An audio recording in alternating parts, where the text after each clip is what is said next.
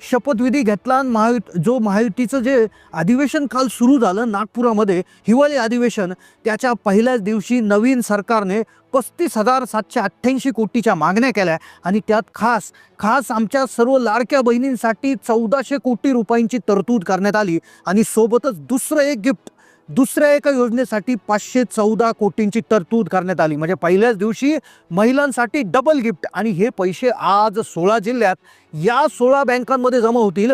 पोस्टाचं खातं असेल, स्टेट बँकेचं, सेंट्रल बँकेचं खातं असेल तर कृपया हा व्हिडिओ लक्षपूर्वक पाहत राहा, कारण की काही बँकांमध्ये मेसेज यायला प्रॉब्लेम सुरू झालेला आहे.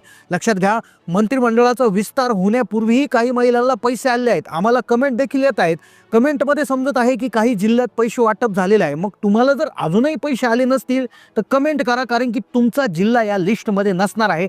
आणि आज कुठली लिस्ट आहे, आज कोणत्या 16 जिल्ह्यामध्ये पैसे येतील आणि कोणत्या बँका